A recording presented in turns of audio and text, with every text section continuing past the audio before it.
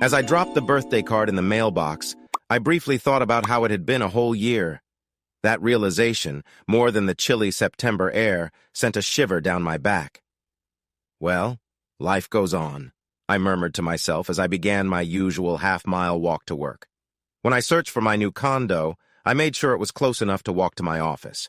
This way, I could sell my car, save on insurance, and if I ever needed to get somewhere, I still had my motorcycle. There were shops, restaurants, and everything else I could need within a mile of my new home. At 6 a.m., it was still dark outside. I didn't mind because there was little traffic. I usually reached my office in less than 15 minutes. I brewed a fresh pot of coffee, poured myself a cup, and headed to my office. How do I already have 18 emails this morning? I wondered as I looked through them. Most were unimportant and just jokes, but 2 contained information I had been waiting for. I printed those out and replied to the rest, which took until about 7:10. After that, I examined the sales from yesterday, checking what was produced on the later shifts and any issues that might have come up overnight. It was just after 8 o'clock, and the other employees were beginning to arrive. I was the purchasing manager for a manufacturing company based in Minneapolis. I also managed the office and supervised about a third of the 175 workers. I had been in this job for 6 years, and after the last 8 months, I was becoming well known for my hard work. If you put in the hours I did, you would do well too, unless you really didn't try. I was definitely doing my best. I usually arrived between 6 o'clock and 6:15 in the morning and didn't leave until at least 7:30 at night. Weekends varied, but I generally put in at least another 8 hours. I'd become very dedicated to my job, but it was all I had now. Today was the end of the month, and I wanted to ensure everything went smoothly. I checked my inventory numbers, postponed 2 truckloads of materials until Monday, and reminded everyone to finish their shop orders by the end of the day. I was doing a final check of my inventory when my boss, Ken, passed by my office on his way out. "What are you still doing here? I'm the only one you need to impress, and I'm leaving," he said. "Ken, I'm just reviewing my inventory and production numbers before corporate closes the books tomorrow morning," I answered. "Steve, your numbers are great, and your month-end results are always strong. Just turn off your computer and go home," Ken encouraged me. "I will. I just have one more thing to finish, and then I'll leave." "Good, and I really don't want to see you here tomorrow." The pest control staff is coming to treat the office Saturday morning, so no one can be in here for a day afterward. "Go home, relax, and enjoy your weekend," Ken told me as he left. I did leave, but it was well after 8 o'clock before I finally walked out. On my way home, I saw people out enjoying themselves in the pubs, dining in restaurants, and strolling through the lively streets. I just shook my head and headed back to my apartment, alone as usual. It was a 2-bedroom, 2-bathroom place on the 2nd floor that I had completely fixed up before moving in. I had cozy heating and a large balcony at the back that looked out over a park with a lake. There was a path for walking and biking around the lake, which was about 3 miles long. I loved to get up early on Sunday mornings and do a few laps before breakfast. When I opened my door and tossed my keys on the counter, I noticed my answering machine flashing. Without checking how many messages I had, I hit the delete button. I walked over to the fridge, took out an open bottle of my favorite wine, pulled out the cork, and grabbed a nice wine glass from the cabinet.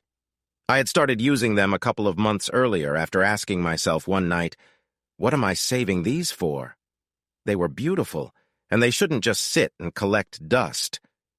With a glass of wine in hand, I turned on the TV and opened my laptop. I saw I had 6 new emails.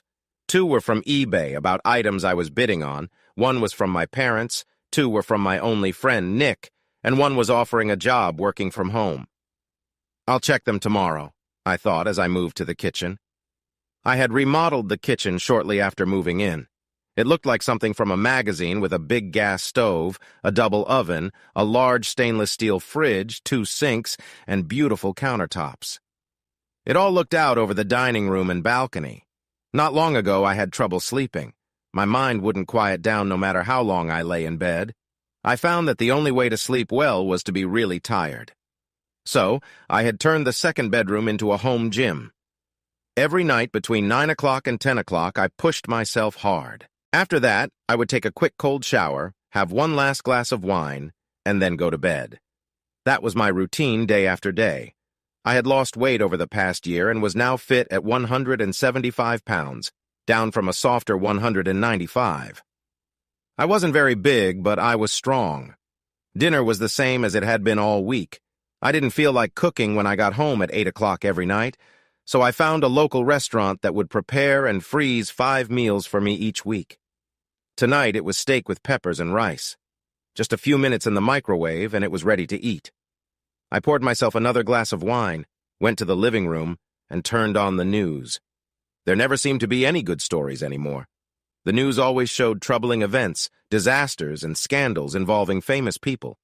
It was always the same. The local news wasn't much better. Reality shows seemed to take over. Many of these shows didn't seem smart, and the few that were interesting dragged on for weeks. Reality. They don't know what reality really is, I said to myself as I finally turned it off and headed to my workout room. I spent 20 minutes on the treadmill, which got my heart racing and warmed up my legs. After that, I did 15 minutes of stretching before starting my main workout. 30 to 45 minutes of training with the heavy bag was more than most people could do. I focused on every move, putting all my energy into each strike. As a kid, I practiced a Chinese martial art in a small school just a few blocks from my home. Growing up, I watched many action movies and thought it would be amazing to do what I saw. After months of asking, I promised my dad I would stick with it, so I became a student at a local dojo. But it was nothing like the movies. The instructor ran our school with strict rules. You never questioned his commands unless you wanted to feel his disappointment.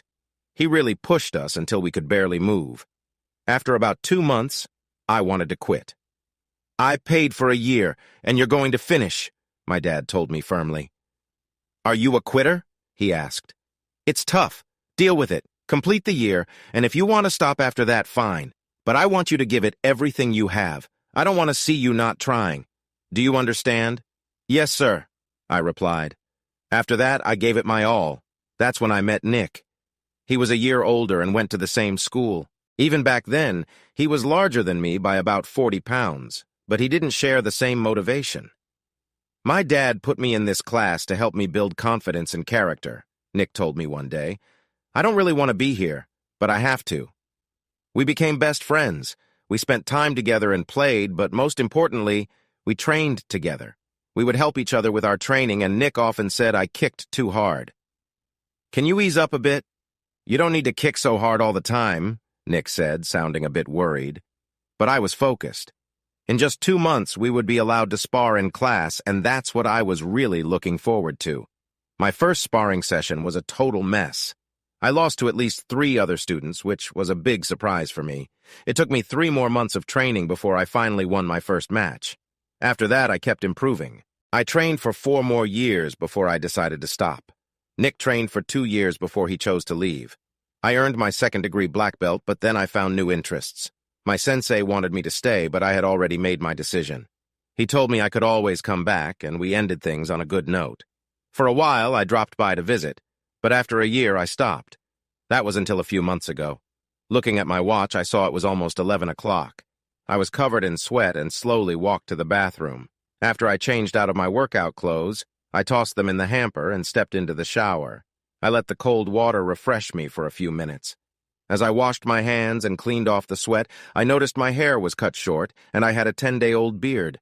I used shampoo, conditioner, and brushed my teeth to finish my shower. After I dried off with a warm towel and wiped the mirror, I looked at my reflection. I could see I was still here, but I wondered if I was really enjoying life. On Saturday morning, I sent a quick email to Nick. Unless Lisa has talked you into selling your bike, please join me for breakfast on Sunday at 8 o'clock, if you can still wake up that early. The Mom and Pop's on 321. You know the place. I loved my bike. Over the past 5 years, I had owned and driven many affordable sports cars, but nothing felt as good as riding my Harley. The sound of the engine, the wind on my face, and the freedom of being on the road alone with my bike were things I really needed right now. I had stopped wearing my helmet a couple of months ago, usually just opting for sunglasses and sometimes a cap. It was still a bit chilly when I left around 9:30 on Saturday. I saw only one other biker who greeted me with a nod. At this time of year, most weekend riders had already stored their bikes away, but dedicated enthusiasts like me kept going until the first snowfall. I needed an oil change, so I went to the dealership, knowing it wouldn't be busy on a chilly Saturday morning. "Just an oil change," I told the service technician. "Are you going to wait?" he asked. "Well, unless you want to give me a ride home, I'll wait. How long will it take?" "Give me an hour and I'll have you back on the road," he replied. Since I had some time to kill, I browsed the new and used bikes on the showroom floor. "Looking for a bike?" a salesman asked as he approached me with a friendly smile. "Nope, just getting my Ultra serviced. If you have any questions, just let me know," he said, returning to his colleagues near the offices. After a few moments, one bike caught my eye. I climbed on and adjusted it upright. This is quite the ride, I thought to myself as I admired the bright green custom chopper. I had once thought about getting a chopper, but I had traded my Road King for the Ultra because of some past issues. "A beauty, isn't it?" the salesman said, coming up behind me. "It has a 2008 engine with only 2,200 miles on it. Most parts are custom and the frame was handmade. Would you be interested in taking it for a spin?" he asked. "I don't think I can afford something like this," I replied. "Well, the owner is looking for a cash sale or would consider a trade with cash." "What are you riding now?" "A black 08 Ultra," I said. "Owe anything on it?" "Nope, it's mine outright," I answered, my interest in the green chopper growing. Suddenly, I was riding down the road on the green bike. It felt smooth and easy to handle. After about 20 minutes, I returned to the dealership. "What do you think?" the salesman asked. "A little more shake in the seat than I'd prefer, but it rides well," I said. "Interested in talking to the owner?" he offered. After another look, I replied, "Yes, let's get him on the phone." "Why are you selling it?" my first question was. "My partner isn't comfortable on the back seat, and I want to keep things easy between us," he explained. "I understand," I said. "Got any saddlebags for it?" "I have leather bags and a small windshield if you need those," he replied. 30 minutes later, the owner and his partner arrived at the dealership with the accessories, and we stepped outside to chat. After discussing things for about 45 minutes and completing the purchase, I rode off on his bike while he and his partner took mine. As they say, it's a win-win for both of us. I made an appointment with the dealer for next week to replace the seat and add a new shock to lessen the bumps on my ride. Call me delicate, but after about 100 miles, my back was really feeling it. When I arrived, I saw Nick sitting by the window, sipping his coffee. I had barely turned off the engine before he was by my side. "When did you get this beauty?" he asked. "Just yesterday. I traded my Ultra and a little cash for it. What do you think?" "Wow, what's not to like?" he replied, giving it a thorough look. He spent the next 20 minutes admiring it, asking questions and expressing his interest in something similar. "Lisa would be so mad if I showed up at home with this," Nick said, still checking it out. "Even though she hardly rides with me anymore, she wouldn't agree to it. Before you leave, though, you have to let me take it for a spin. You owe me that much," he said as we went inside. After we ordered breakfast, I shared the whole story of how I traded my Ultra for this new bike. We settled in to catch up on each other's lives. I told Nick that even though business was down about 15% because of the economy, things were still going well for me. Last month, we managed to attract 2 distributors from one of our competitors, which should help us have a strong finish this year. Nick mentioned that his company had let go of almost 10% of the staff and that everyone was working hard to keep the business afloat this year. I never thought I'd feel lucky just to have a job, any job, but that's how it is now. I tell the guys on the floor to focus on their work and appreciate having a job because there aren't many out there," Nick shared. I asked how Lisa was doing at the hospital and if her job felt stable.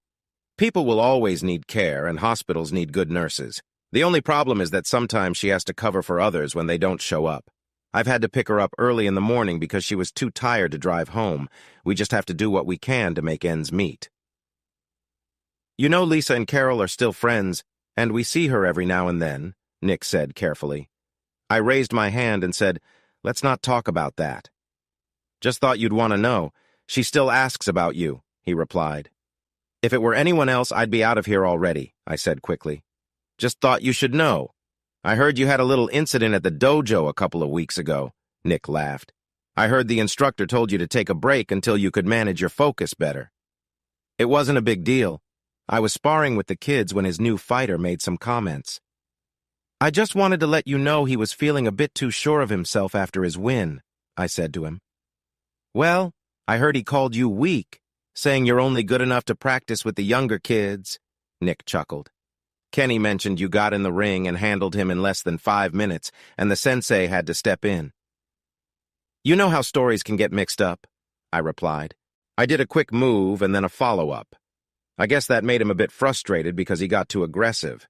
He left himself open, so I had to remind him to protect himself. I might have been a little too firm, though. I heard I might have caused him some discomfort.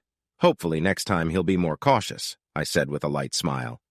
Well, if you want to practice with anyone else, don't count me in. I'm done with that, Nick responded.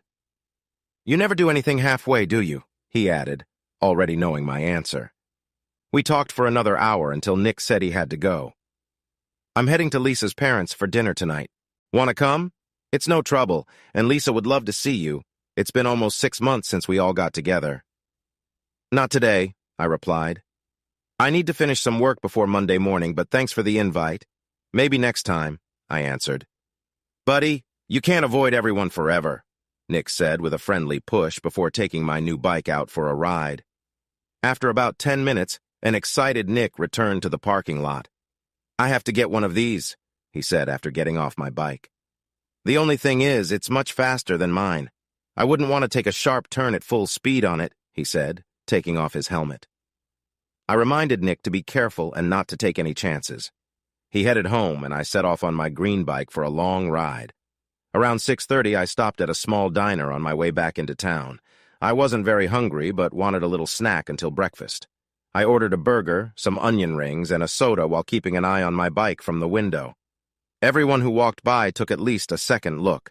Then 3 girls parked beside my bike and examined it for about 5 minutes before one of them decided to sit on it. That wasn't okay with me. What if I opened your car and sat inside? I asked as I walked over to them.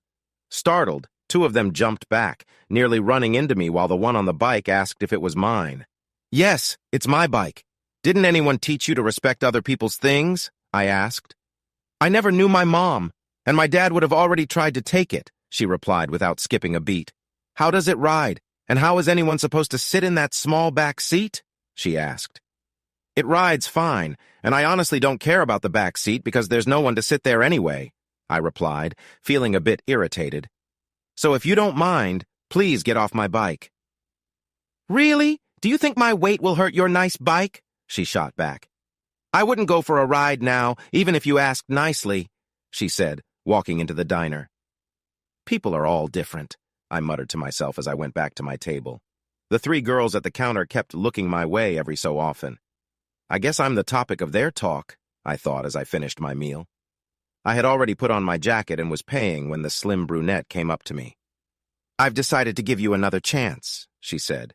I usually don't do this, but you seem like you could use a friend. Since you live here, would you mind giving me a ride home as a way to make up for earlier? Let me just grab my jacket from the car and we can go, she told me as she walked outside.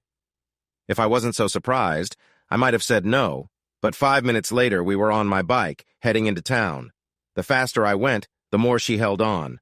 When we got into town, she gave me directions to her place. That was fun. But you might want to do something about that seat if you want me to ride with you again, she said. It's a bit too small and uncomfortable. Here's my number, she said, handing me a piece of paper. Call me if you want to do this again, but remember to fix that seat, she said, walking up the stairs without glancing back. Just before she went inside, she turned around. By the way, I'm Pam if you want to know, she said as she disappeared through the door. Interesting, but quite direct, I thought as I tucked her number inside my shirt pocket. The end of the month went better than I expected, and when I got 2 vendors to lower their prices by 5%, the company was very pleased. Keep it up, and we might still get a bonus this year, Ken told me. Also, with Bill leaving, I put your name in for his company car. You can leave it in the garage, but if you need it, it's yours. I thanked Ken and mentioned it would be useful on the weekends when the snow began to fall. For now, I enjoyed my morning walks to work. The dealer switched the seat on my new bike for a more comfortable one, and with a new rear shock, the bike was almost as good as my Road King had been. "Do you have any extra seats for my bike?" I asked. "What are you looking for?" he replied. "Something more comfortable than the one I have," I told him. "I have a good seat with quick release bolts. You can keep it in your bag and put it on when you need it," he said. It cost a lot, but everything with the Harley-Davidson name is pricey. I held on to that piece of paper Pam gave me for about a week, unsure if I should call. I had only been on 3 dates in the last year. One was a work dinner with a female client. Marketing usually took care of that, but I couldn't avoid this one. The other 2 dates were nice, but we didn't share much in common. Blind dates were not my favorite. "Hello, Pam," I started. "This is Steve," hoping she would remember me. "Steve? Steve who?" she asked. "Let me give you a hint. Green Chopper," I told her. "I thought you forgot about me. What took you so long to call?" she replied. "Work has been busy and I needed to fix a few things on my bike," I said. "There's a ride this Saturday. Would you like to join me?" "Did you change that seat yet?" Pam asked. "Well, let's just say the new seat should be nicer," I replied. "In that case, yes. What time will you pick me up?" she asked. "About 9:30. Make sure to dress warmly. The forecast says it could be in the low 50s. Do you have a leather jacket and boots?" I asked. "Don't worry about me, just don't be late." "Do you remember where I live?" she said. "I know the address, but what's your apartment number?" I asked. "Not so fast. I'll just meet you out front at 9:30 and we can go from there," she said firmly. After that, I struggled with small talk and wasn't doing well. Thankfully, she ended the conversation by saying she'd see me on Saturday. I felt like a teenager asking someone out for the first time. I was embarrassed by how nervous I felt. When Saturday came, I put on my warm leather jacket, mid-calf boots, and grabbed a pair of gloves. After riding about 1.5 miles, I stopped to put on my hat. It was chilly. After about 10 minutes, the heat from the engine finally started to warm me up. Thank goodness for the windshield, I thought, stopping at a light. It blocked just enough wind to keep me comfortable. "You're late," was the first thing Pam said to me. "It's only 9:35, I replied, glancing at my watch. "Late is late. Now let's see what kind of seat you have for me," she said, approaching my bike. I attached the new seat, started the engine, and told her to hop on. The dealership was 20 minutes away, and I could feel Pam holding on to me, resting gently behind. "Wow, that's chilly," Pam said as she got off the bike. "My cheeks are frozen," she added, rubbing her face. We went inside to warm up and grab a cup of coffee as the rest of the group began to arrive. "Here," I said, tossing her a face mask. "This will protect your face from the wind and keep you warmer," I explained. "It has a skull on it," she said with a frown. "It's for warmth, not looks," I replied, a little annoyed. "Thank you," she finally said. "I really appreciate it." The ride started around 10 o'clock and lasted for about 2 hours. There were about 30 bikes, mostly single riders. Not many people wanted to ride in this cold. We returned to the dealership just before noon. They offered some cold snacks, but I wasn't interested. "Want to go out for lunch?" I asked. "Yes, but somewhere I can find something hot," Pam replied. We stopped at Denny's, found a booth in the back, and the waitress brought us a pot of hot coffee. Pam warmed her hands with the cup while looking at the menu. "Feeling warmer?" I asked. "I am now," she said, taking small sips. "That was fun. Cold, but enjoyable," she told me. "Do you do this often?" "Not as much as I used to," I answered. "I used to ride to Sturgis every year for the rally, but I haven't been back in almost 3 years. Maybe this summer." "I've seen pictures. Are there really that many bikes?" she asked. "They're everywhere. It's a big event that lasts almost 2 weeks. My friend Nick and I used to ride there straight through and camp for 3 days. I'm used to more comfort now, though. Sleeping on the ground and eating cold food isn't for me anymore," I said. "But I do like to go on long rides once in a while. It clears my mind and I feel free." "What do you do for work when you're not riding?" she asked. "I'm a purchasing manager for a manufacturing company in town," I said. "And you?" I asked back. "I teach art and do some freelance work," Pam replied. "There's not a lot of money in it, but at least I enjoy what I do, not like most people I know." "Are you seeing anyone right now?" I asked. "Why, are you interested?" she joked, laughing at my reaction. "I had someone before, but it didn't last. A few dates here and there since then, but nothing serious." "How about you?" she asked. About the same. I had someone special, but it didn't work out either. I haven't dated much in the last year, if that's what you're asking.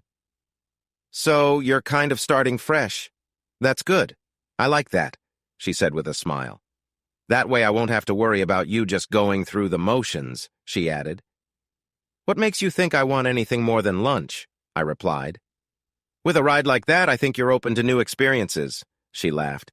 Now that we've talked about the basics, let's see what else we have in common. Over the next few weekends, I got to know Pam quite well. We both enjoyed the same kinds of food. While I ran, she rollerbladed. She thought my workout room was a bit much, and I told her favorite band wasn't really my style. We decided it was okay to have different tastes. Do you want to go to a club Saturday night? She asked on Thursday. A few friends of mine are going, and I want them to meet you. I'm not much of a dancer, I admitted, feeling shy. No worries. Just enjoy yourself, she said with a smile. Well, I warned you, I replied. When Saturday came, Pam drove because, as she said, I want to be comfortable, so we're taking my car. The club was packed, but we found a nice table near the dance floor. I had visited this place once before, and it hadn't been a good experience. Pam's friends were welcoming, and we were having a good time when someone showed up that I hoped to avoid. Hi there, he said with a smirk. Remember me? I see you've made a new friend. Did the other one leave you? Maybe this one needs more than just a nice guy, he added, moving closer. Pam, this is Dan, I said, trying to keep my cool. He's been nothing but trouble.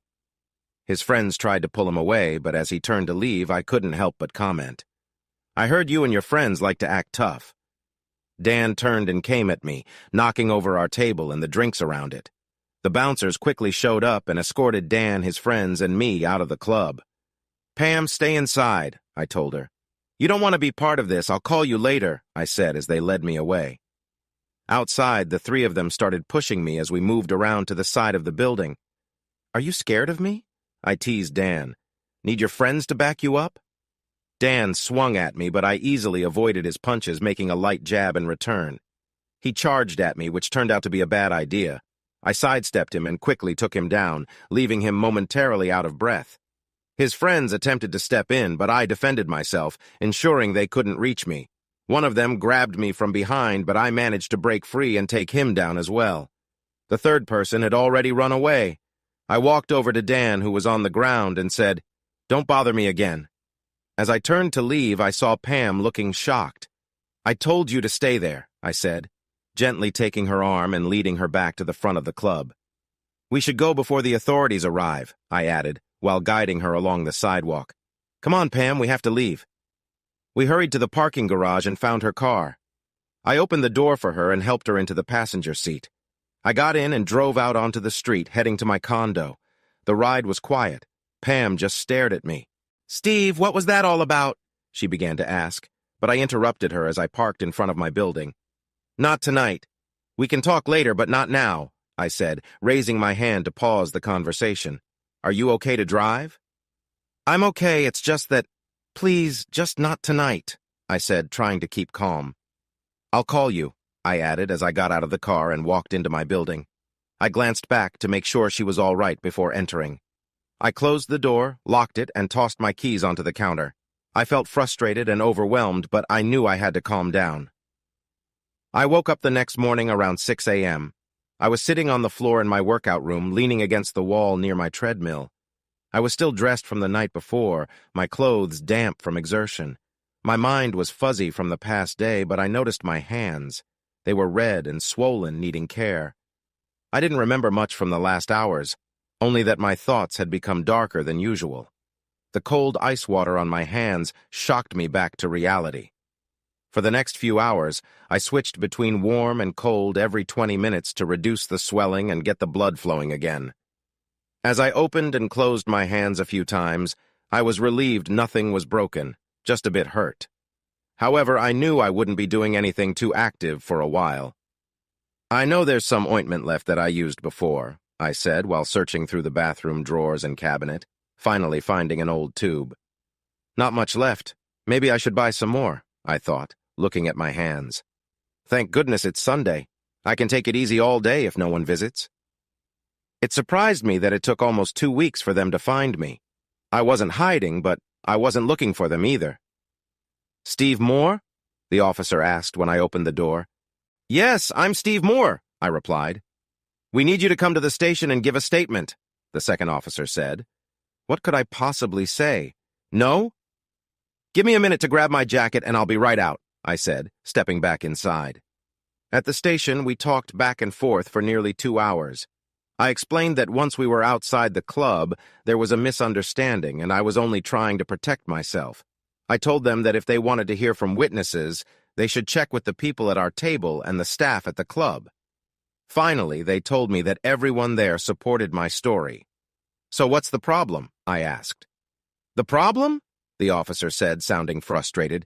"You were part of something that could have been avoided." Look, I felt scared for my safety. How was I to know they didn't have anything harmful? I just wanted to resolve the situation quickly and leave, I explained. "Steve, don't make excuses. What made it escalate?" he pressed. "That's something you wouldn't understand unless you were there. Now, unless you're going to charge me, I need to get home. It's late, and I have an early meeting tomorrow." "Thanks for coming to get me, Nick," I said as we left the police station. "No problem, Steve. I heard you were involved in something a couple of weeks back," he said, stopping to look at me. "I don't want to discuss it right now, okay? Steve, I just think with everything that's happened, maybe you should talk to someone? I don't have any issues, so can we just move on?" I raised my voice a little. Okay, I'm just worried about you," Nick said, sounding concerned. "I know, but let's just leave it. It's been a long night." "All right, but just don't disappear on me again," Nick said as he dropped me off at my condo. There were 3 more messages from Pam on my machine, just like all the others, and I deleted them. But she never seemed to give up. For the first 3 weeks, she called about 5 times a week. Then it dropped to 3, then 2, and finally to 1 each week. She always called on Fridays. "It's me, Pam, again," was how each message started. "It's the weekend, and I want to know if you can have dinner or just talk tomorrow. Call me. Oh, and starting next month, I won't be calling you on Fridays anymore. I'll be at your door. Just wanted to give you a heads up. That's it. Good night." "This person is really determined," I said, deleting her message. Could she really be serious? I went back to my usual routine. Work, home, eat, and exercise. That was all my life was again. Nick called a few times, inviting me for dinner or to watch a game, but I usually said no. I spent Thanksgiving with Nick and Lisa. I emailed them a list of topics we wouldn't discuss. They knew it well, but I wanted to be sure. As usual, dinner felt tense with that unspoken issue hanging in the air that no one wanted to mention. I thanked them, and even though they offered, I took a taxi home that night. The next day, Pam sent me a brief message. "Since I haven't heard from you, I guess I'll be waiting at your door next week. Don't worry, I'll bring a pillow to sit on. See you Friday." She wouldn't. No one is that determined, I told myself. The more I thought about it, the more I realized I would enjoy seeing her again. We got along well, and she was a great person. I just didn't want to discuss my past, and I knew Pam was not going to give up easily. The week went slowly, and by Thursday, I was losing my patience. On Friday, I was completely distracted. I sat at my desk and watched the clock. "Big plans tonight?" Ken asked as he passed by my office around 4 o'clock. "She must be someone special to throw you off like this," he joked. "Get out of here. You're not getting anything done. Have a nice night, and I'll see you Monday morning," he added while moving on. At 4:30, I decided to call it a day. I waved to Ken on my way out and headed to the garage for my company car. I usually took it on weekends when I thought the weather might be bad. As I drove home, I realized I was going a little too fast. "Calm down. She might not even show up tonight," I told myself, feeling my heart race. I slowed down and drove carefully. Thankfully, I found a parking spot near my building. She wasn't there yet. For the next hour and a half, I sat in the car, watched the entrance, reviewed some papers I had brought along, made a few calls on my phone, and generally felt chilly. But she never arrived. "Forget it," I said quietly as I put my paperwork away and got out of the car. "She's just playing with me," I thought as I crossed the street, being careful of traffic. I checked my mailbox and walked up the stairs to my condo. There she was, Pam, sitting on a pillow by my door. "Are you always this late? No wonder you don't have any plans," she said, standing up. "If it wasn't for a friendly neighbor, I'd still be waiting outside. "Aren't you going to let me in?" she asked, holding what looked like a soft pillow. I couldn't help but smile as I opened the door and we stepped inside. "Do you have any coffee? I've been waiting out there for a while," she said, placing her jacket and pillow on a chair as she walked toward my kitchen. "Give me a minute," I said as I hung up my coat and loosened my tie. "Regular or decaf?" I asked. "I don't mind as long as it's hot," she replied, rubbing her arms. "Well, I'm waiting," Pam said, hands on her hips. "Waiting for what?" I asked as I started the coffee. "An apology for not returning my calls and for leaving me with a lot of unanswered questions," she said, her voice rising a little. "My friends were really interested in the guy I was seeing. He could be funny one moment, but then turn around and cause trouble that landed 2 guys in the hospital." "It didn't go down exactly like that," I explained to her. "They got out of it easier than they could have." "Easier? They went to the hospital on stretchers," Pam said. "It could have been a lot worse," I replied calmly. "You really seem to have some things to work through," Pam remarked, looking at me seriously. "We can talk about that over dinner. What do you have that's good?" she asked. "You were going to feed me, right?" Okay, you got me. What are you in the mood for?" I asked. "Anything but chicken. I watched a documentary about the poultry industry, and I can't eat it since then." "How about some beef stir-fry, seafood Alfredo, or steak with peppers?" I suggested, looking at the meals stored in my freezer. "You made all these yourself?" she asked. "I wish. I buy them frozen from Tony's down the street. I get 6 meals every Monday night, and when I come home late from work, I just heat one up in the microwave." "But you have such a lovely kitchen. You don't cook at all?" she questioned. "Sometimes, especially on weekends if I have the time and if I'm not alone," I said. "Well, let's start with the frozen meals tonight, and we can talk about breakfast later," she suggested, finishing her coffee and going to refill her cup. I picked the Alfredo, and Pam chose the stir-fry. She liked my choice of wine, even though it wasn't much. "Look, I buy what I enjoy drinking. If I try something new and like it, I buy a few bottles to save for later," I explained. Most of our dinner was light-hearted, avoiding serious topics. Finally, Pam asked, "When are you going to share your story with me so I can understand you better?" "It's quite simple. I met Carol at the University of Minnesota. I was studying business and she was in hospital management. My friend's wife, Lisa, introduced us at a party, and 2 years later we got married. We had 4.5 wonderful years together, and then it ended. That's all there is to it," I told her. "I got more details from a flyer," she said, putting her fork down. "Here's my story. My mom left when I was only a baby. I grew up with my grandparents until they passed. Then at 13, I went back to live with my dad and his girlfriend until I turned 18. I got a full scholarship to the Minneapolis School of Art. In my second year, my dad got into trouble with the law. Now, he's in prison.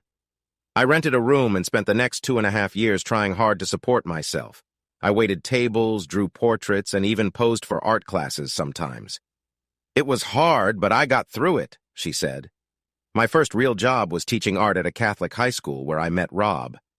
It was a quick engagement because I thought I had found my true love and didn't want to lose him. I believed he was the kindest man ever.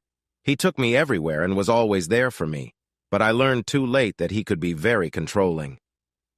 "I hope I'm not putting you to sleep?" Pam asked as she looked for dessert.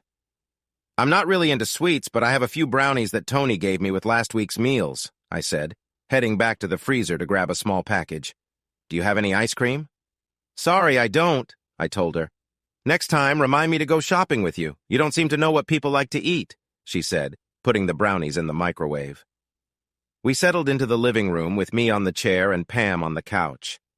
Now, where was I? Oh, yes, Rob. After a while, he started telling me who I could be friends with. He didn't like most of my friends, and I didn't like his either. Then I found out I was pregnant, which surprised both of us. By then, we were arguing almost every night, and one of us was always sleeping in the other room. I thought the baby would bring us closer, but it only made things more complicated. One night, when I came home later than usual, Rob was upset. He accused me of being unfaithful and expressed doubts about the baby. "Why did you stay with him?" I asked. "If you were so unhappy, why not just leave?" "I was still hoping we could make it work," she replied. "You don't just walk away when things get difficult. You try to fix it." Anyway, on that night, Rob was drunk and I was upset. I thought I'd let him sleep and stay with a friend for the night. I had just stepped out the door when someone pushed me. I woke up in the hospital the next morning. They told me I had lost the baby. The police took Rob, and he claimed he was trying to harm the baby because he didn't think it was his. I pressed charges to ensure he stayed away from me. I got a quick divorce, and he was found guilty. So, Steve, you're not the only one with a troubled past, she said, her eyes red from tears. We sat in silence for a few minutes. We had both finished our drinks and were wondering what to do next. Well, I need to freshen up before bed, Pam said, standing up. Since I didn't bring extra clothes, I'll have to borrow something to wear. So get ready, she said with a smile. I'll let you tell your story tomorrow, she added, as she took the glasses to the kitchen sink. I showed Pam to the bathroom and said I would get her a toothbrush from the other bathroom. Is there anything else you need? Mouthwash, dental floss, deodorant? I asked. You came prepared, didn't you? That sounds good for tonight. I can bring my things next time, she said with a smile. While Pam took a shower, I got everything ready for the evening and laid it out on the counter. Afterward, we settled in for a nice evening, talking and sharing stories about our lives. We enjoyed each other's company, reflecting on the difficulties we both had faced.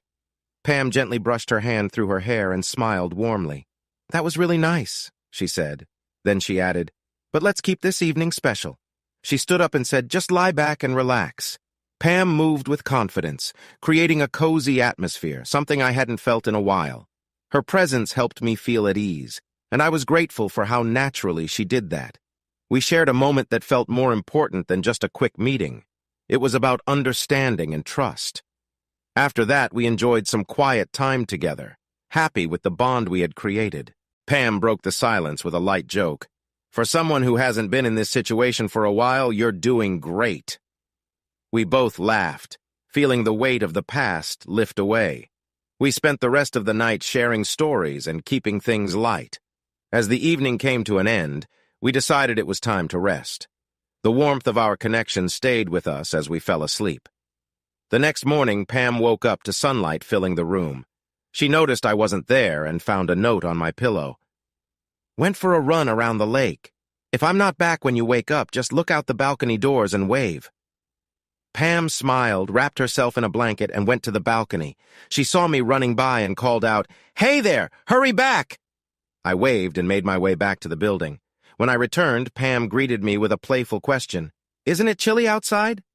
Not if you keep moving, I said with a grin. Running gives me energy in the morning. We enjoyed a relaxed breakfast together, with Pam choosing coffee to start her day. We joked and laughed, creating a light and warm atmosphere. The morning passed by comfortably, showing that our connection was becoming more meaningful. We both felt it, and it was clear that whatever was ahead, we were ready to face it together. So why don't we have breakfast and then spend some time chatting afterward, Pam suggested. How about breakfast first and then we can spend the day together, I replied. Let's do both then, she added with a smile. As we prepared breakfast, I thought about how to share what she wanted to know without feeling too exposed. That really hit the spot. I guess I was hungrier than I realized, Pam said, rubbing her belly. Is there any coffee left? Just enough for you, I replied. I've had my fill, I said while loading the dishes into the dishwasher. Do you want to start talking here or in the living room? I prefer the living room, but knowing you might change the subject. Let's begin here and then move to the living room later. I want the whole story.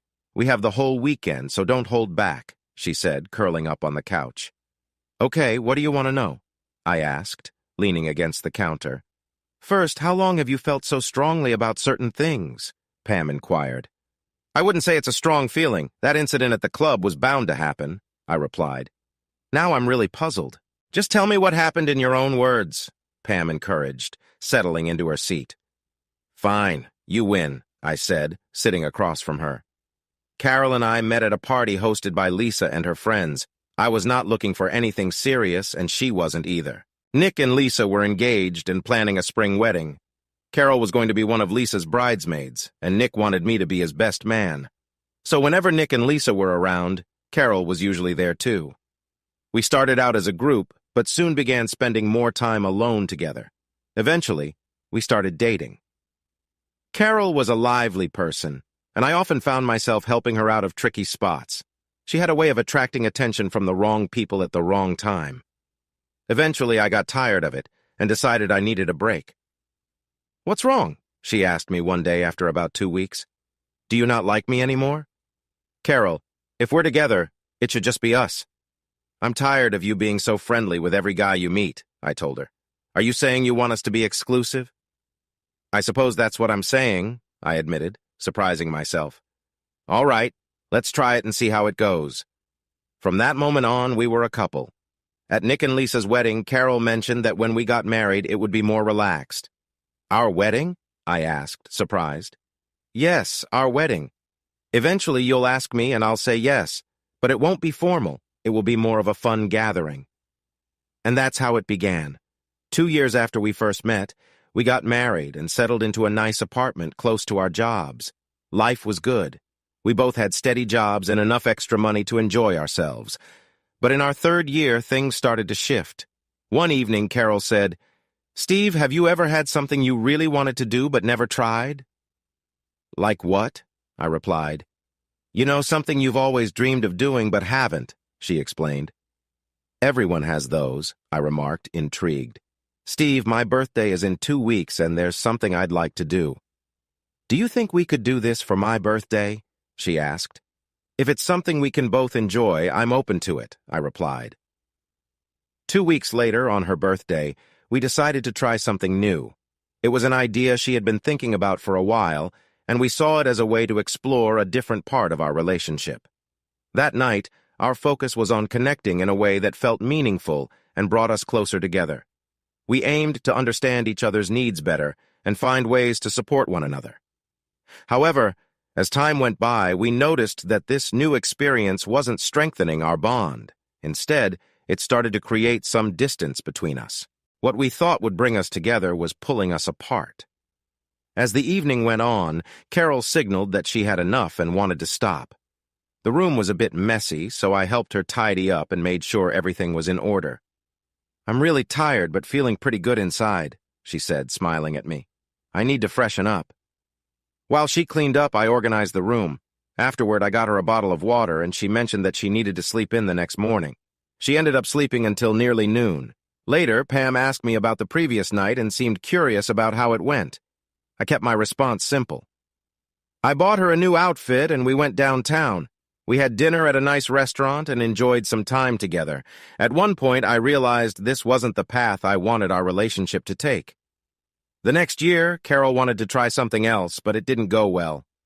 We found ourselves in a crowded club where she received a lot of attention, which made me uncomfortable. That night, I met Dan and his friend Tim, who seemed keen to spend time with her. As the evening continued, I grew more frustrated. Carol was enjoying the attention while I felt out of place. When I finally reached my limit, I told her it was time to leave. On the way home, I stayed quiet, upset about how the night went. "It was just some fun," Carol said as we entered our apartment, trying to brush off what had happened. "Fun? I felt really embarrassed," I responded, still irritated. "I feel like I don't really know you anymore." The tension lasted for days, and eventually, we had a disagreement over dinner. "Steve, it was just a different experience. No one got hurt, and we're still together. Why is this such a big deal?"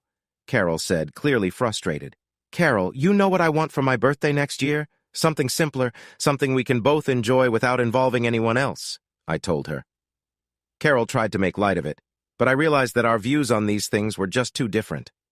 I gathered my things and decided to take a break from our relationship. "I'll call you with my new address when I find a place," I said to her. This felt like the best choice for me. "That won't change anything," I remarked as I walked out, ignoring Carol's voice behind me. I was at the Holiday Inn bar when Nick sat down next to me. "You always do this," he said with a chuckle as he ordered a beer. "Want me to tell everyone I found you?" "Not right now," I said, finishing my 3rd drink. "I just learned that we see loyalty very differently. I'm starting to worry about my marriage." "You know she's really upset at our place, right?" Nick said.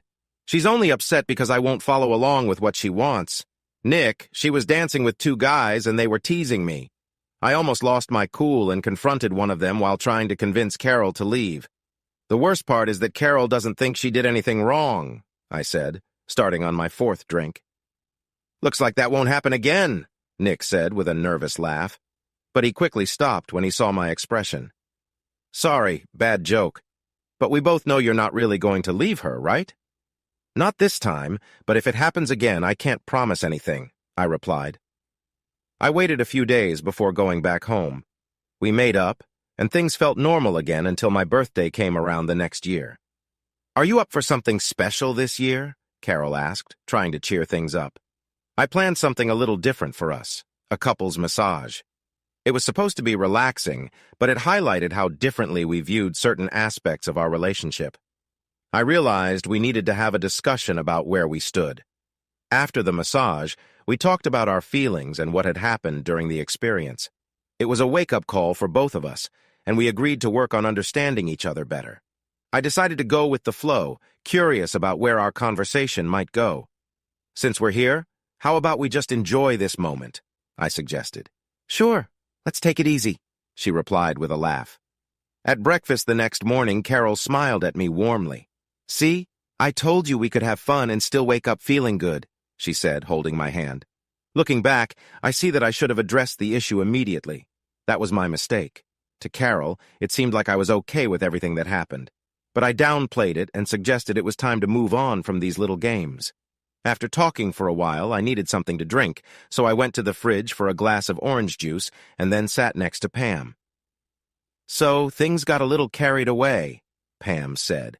Sometimes in the heat of the moment we do things we wouldn't usually do. It's just part of being human, she added. After hearing your story, I think we both could use a break, she continued, leaning in for a hug. We decided to take it easy for the rest of the day, enjoying each other's company. Later, we went out for dinner at a nearby Italian restaurant. Holding a glass of water, Pam said, It doesn't sound like it was all bad. At least your marriage had some good times. True, but things changed later on. I'll tell you the rest after dinner. For now, let's just enjoy the meal, I replied as our food arrived. The walk back to my place was cold, with the wind howling and snowflakes flying around. I continued my story, hoping the cold air would help keep my feelings in check. As Carol's birthday approached, I tried to ask her not to do whatever she was planning, but she insisted it would be a night to remember. Her birthday was on a Friday, and I still had no idea what she was planning. The only thing she would tell me was that I needed to go with the flow. By 7 o'clock, dinner was finished and everything was cleaned up. She led me upstairs to our bedroom and started talking. This seems nice, I thought as she smiled and asked me to relax. I went along with it, thinking it would be a fun night. But when I heard the front doorbell, I started to feel uneasy. Who could that be? I wondered, feeling a bit nervous. Pam and I had reached my condo, so I paused my story, which made her a little frustrated. Darn it, Steve, you were just getting to the good part, she complained. Inside, I asked if she wanted anything. No, I'm fine. Just finish your story, she said, getting comfortable on the couch. I need a drink before I continue, I told her as I grabbed 2 beers and sat across from her. I've never told anyone about this night, and it might put me in a bad mood. If you don't want to continue, you don't have to, Pam reassured me. No, it's time I get this off my chest, and you're the only person I trust enough to share it with. I just hope it doesn't scare you away. It can't be that bad, and I'm not going anywhere, Pam replied. All right, just so you're ready, I told her. Well, there I was, lying there when I heard voices. I probably should have stopped things right then, but I was too intrigued. I heard them go down the hall to the spare bedroom and shut the door. After waiting for about 10 to 15 minutes, I started calling out Carol's name, getting louder each time until I yelled, Carol! My life changed about 15 seconds later. Dan walked into my room with a grin and put some tape over my mouth.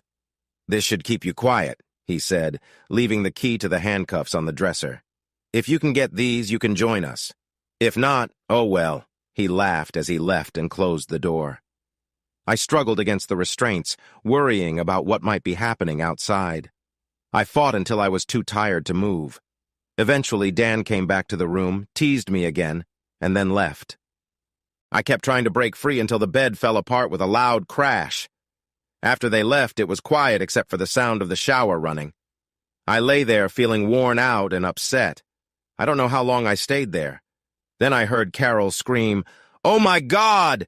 as she lifted the headboard off me and freed me from the restraints. My hands and feet were sore, but I barely noticed. I just saw Carol looking very shaken. I lost control and started to throw things around the room in frustration. I was in the middle of making a mess when I felt a sudden shock. I shook it off, but then I felt it again and again. Finally, I fell to the floor and lost consciousness. When I woke up, I was in a room with no windows, and a nurse was sitting by my bed. When I tried to move, I found I was tied to the bed. "Where am I?" I asked. "You're in Memorial Hospital. You were brought in late last night. How are you feeling?" She replied. "Tired and my hands hurt," I answered. "You lost some skin and you may have scars, but you'll be okay," she reassured me. "The doctor will be in soon," she added before leaving. The doctor arrived a short time later. "Well, you look much better than last night. How are you feeling?" he asked while looking at my chart. "Tired, sore, and hungry," I said. He untied me and gave me some pain medication and ointment for my injuries. "You will have some scars that will fade, but they won't disappear completely. The police said there are no charges, so you're free to go. However, you were brought in without clothes." "That's fine, I'll call a friend. Nick brought me a change of clothes." "What happened last night?" Nick asked. "Carol came over to our place upset. She said something about it going all wrong. What happened to your hands?" "Nick, listen carefully because I'm only going to say this once. Don't mention last night again, and I don't want to hear Carol's name. Do you understand?" I said firmly. "But Steve," he started, but I interrupted him. "If you do, you'll never see me again. Now please, just drive me home. No more talking," I told him, trying to keep my anger in check. We drove in silence the rest of the way. I knew Nick had a lot of questions, but I wasn't ready to talk. I thanked him as I got out and walked into my building. Without a key, I went to the manager's apartment. "Mr. Kelly, can you please let me into my apartment?" I asked. We walked upstairs and he opened the door. The place was a mess, with furniture and clothes everywhere. "Steve, if it were up to me, I'd let you stay, but it's not. I need you to find another place as soon as you can. I'm not throwing you out, but you have 90 days. Keep the key, and if you need anything else, just let me know." "I'm really sorry," he said before leaving. If you're sorry, what am I? I wondered to myself. I guess I ended up sleeping on the couch in my clothes that night. The next morning I looked around. The damage was bad. Most of the bedroom furniture was ruined, and many chairs looked broken. Carol's clothes were all over the apartment. The only room that was clean was the kitchen. I made myself some coffee and toasted a few pieces of bread. 10 minutes later, my phone rang. I found it under a pile of things in my bedroom just before it went quiet again. I saw I had missed 3 calls from Carol. I turned it off and went room by room, unplugging all the phones. The only one I left connected was the kitchen phone with the answering machine on. I was finishing my second cup of coffee when the kitchen phone rang. I let the answering machine get it. "I know you're there and can hear me, Steve," Carol's voice came through. "What happened wasn't how it was meant to go. Please call me so we can talk. I'm scared to come home after everything. Please call. I care about you. I really needed a shower, so I cleaned up the best I could. I got dressed, made a shopping list, and headed out. My first stop was Walgreens to pick up my prescriptions and supplies for my ankles and wrists. I also bought 3 boxes of lawn bags for later. Then I went to the mall to cancel my Sprint account and opened a new one with a private number. I wanted to withdraw funds from our savings and checking accounts, but my bank was closed for the weekend. However, I stopped at the ATM and took out the maximum amount I could from both accounts. Lastly, I went to the store and bought 3 6-packs of beverages before heading home. When I got back, I saw 2 messages from Carol and 1 from Lisa. I deleted Carol's messages and listened to Lisa's. "Steve, this is Lisa. I need to come over and get a few things for Carol. I don't know what happened between you two, but she's very upset.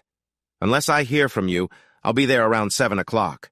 If you get a chance, please call Carol. She's really worried about you." Looking at my watch, I realized I had only about 2 hours before Lisa arrived, and I had a lot to do. It seemed I had pulled many of Carol's clothes out of her closet the night before. The closet rod was broken, and clothes were everywhere in the bedroom and hallway. I grabbed a plastic bag and started picking things up. I began in the living room, then moved to the hallway, and finally to the master bedroom. After filling 10 bags, I took a break for a drink. How did she fit all these clothes in that small closet? I wondered.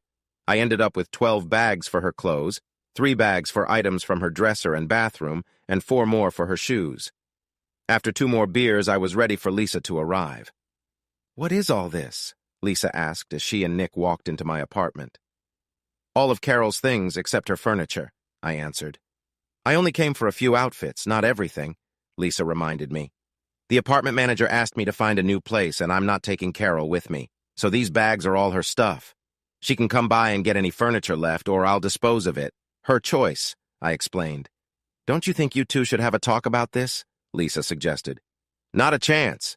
If you don't mind, I'm going to finish the last 3 beers in my 6-pack. I need some rest tonight, unless Carol decides to cause more trouble," I said. They could tell I wasn't in the mood to talk, so they packed what they could into their SUV and left. I dragged out the mattress, turned it over, and collapsed on it. I woke up at 9 o'clock the next morning because of some aches. I took 2 pain pills with a beer and quickly fell back asleep. That was how I spent my weekend.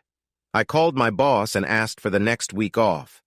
He wasn't pleased with the short notice, but after I mentioned I had an accident, he agreed to give me the time off.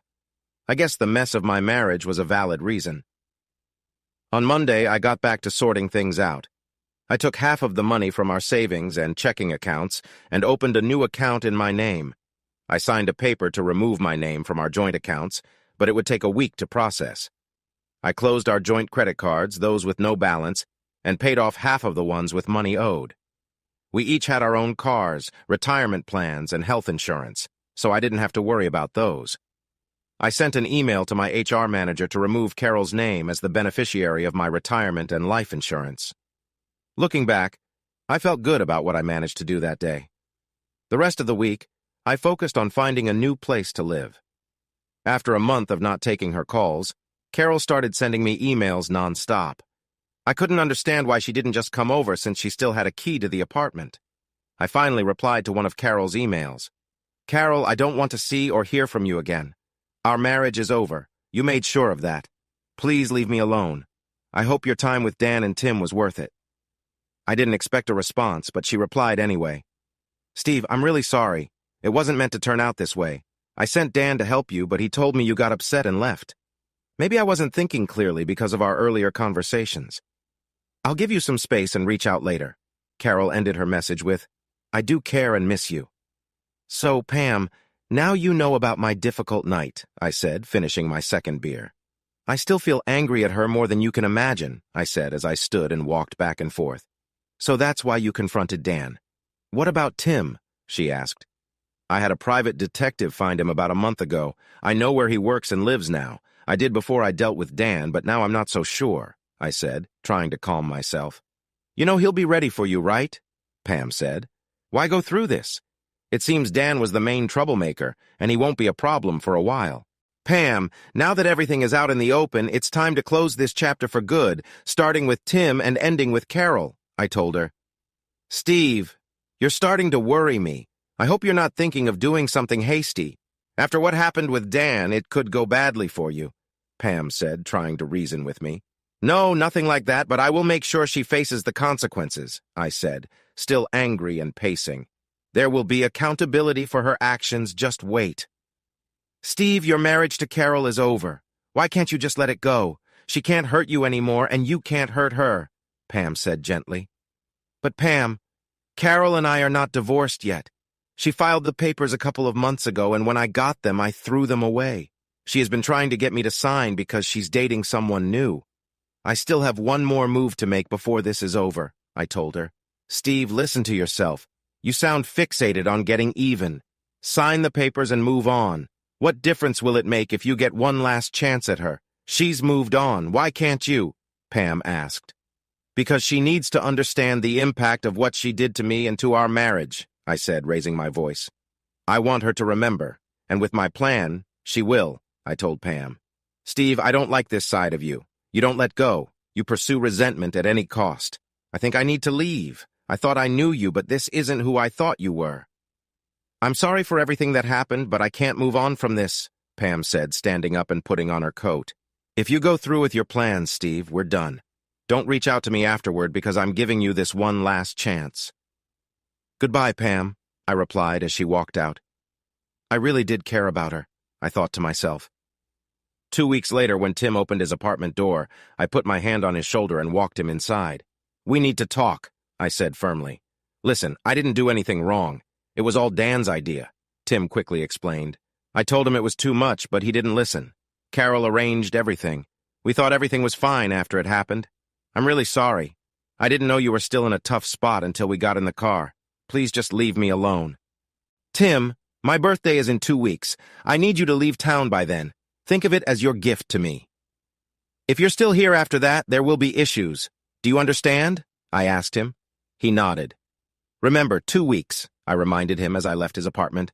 "One down, one to go. If you have enough money, many things can happen. I spent almost $8,000, but the day before my birthday, I received an email with my gift. It's all arranged for 9:30 a.m., it said. I went to work on Wednesday feeling happier than I had in a long time. Everyone wished me a happy birthday, and there was even a cake for me in the afternoon. My boss and I shared an early dinner, and I finally got home around 8 o'clock. I noticed my answering machine was blinking with 25 messages. I deleted them all. I opened a bottle of Corona and prepared for what was coming. Just before 9 o'clock, there was a loud knock on my door. I set my beer down, took a deep breath, and opened the door.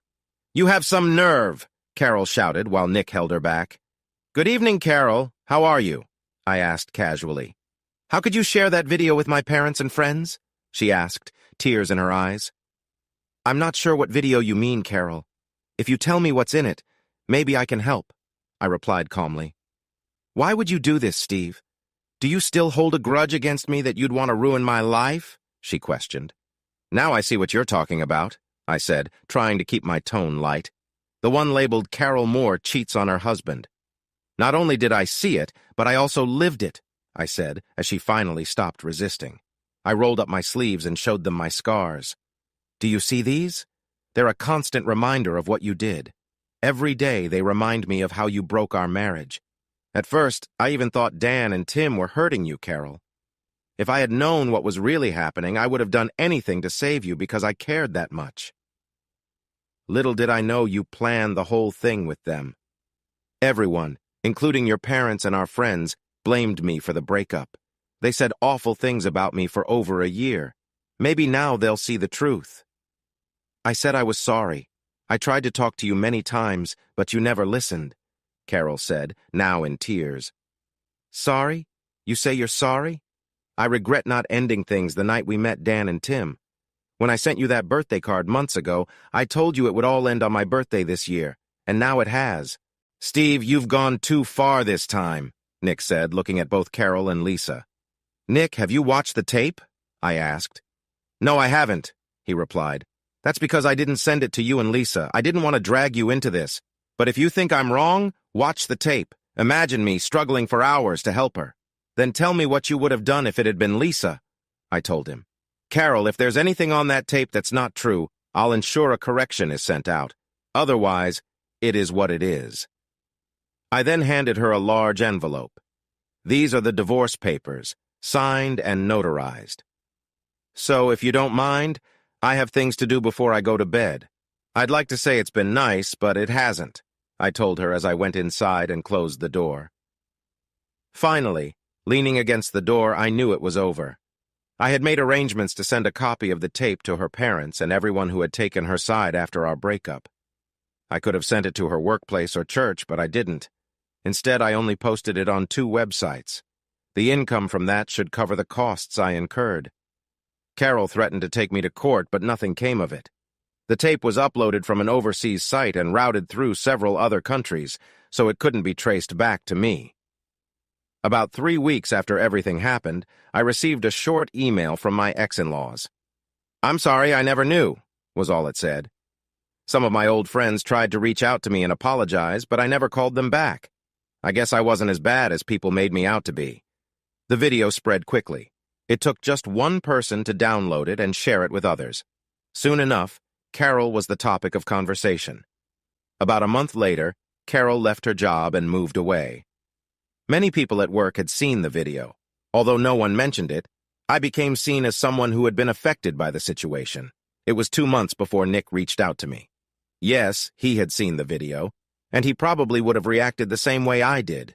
But to keep the peace in his family, we couldn't meet. At least not yet. I understood. I lost Pam and now Nick, at least temporarily. I emailed Pam, but she never got back to me. Well, I tried. I started dating again. First with a couple of women from work, then with others I met here and there. About 4 months after that difficult night with Carol, I spotted Pam at a downtown venue. She was with a group of friends, but eventually came over to me. "Hi, Steve, how are you?" she asked. "Doing well," I answered. "I heard about what happened and even saw part of the video online," Pam told me. "I had no idea," she started to say, but I interrupted her. "That's right. You didn't know when you judged me back then. You saw me as someone bitter, trying to hurt my ex-wife. But you made your choice," I said. "Maybe we could meet sometime and talk," she suggested. "Pam, remember my email a few months ago? Maybe you were still upset or trying to make a point. I've been through that, and what good did it do me? I cared about you, but I guess that wasn't enough. I'm sorry, but it won't work," I told her. "So, if you don't mind, my date is coming back," I said, pointing to the short redhead walking toward our table. "Take care, and I hope you find someone who makes you happy," I added as I greeted Tammy when she reached us. "Aren't you going to introduce me?" Tammy asked. "Tammy, this is Pam. Pam, this is Tammy," I said. "We used to date a while ago," I explained. "Well, Pam, he's mine now, and I'm not letting him go. Nice guys are hard to find. I've seen my share of challenging ones," she said with a smile. "It was nice meeting you. Steve, honey, let's go back to your place," she said. "Okay, Tammy, let's go," I replied, grabbing my jacket. I approached Pam and gave her a warm hug, gently saying, "Just so you know, I really liked you, and it took me a while to move on." "It's a shame you wouldn't give me another chance," I said, giving her a friendly gesture goodbye. I took Tammy's hand and we walked through the crowd and out of the club. Pam watched us leave, murmuring softly, "If only things were different." Hey, listeners. If you enjoyed watching this video and want to stay updated with our latest content, don't forget to hit that subscribe button and turn on notifications. You won't want to miss out on what's coming next. Thanks for watching, and see you in the next video with Queen Cheating Tales.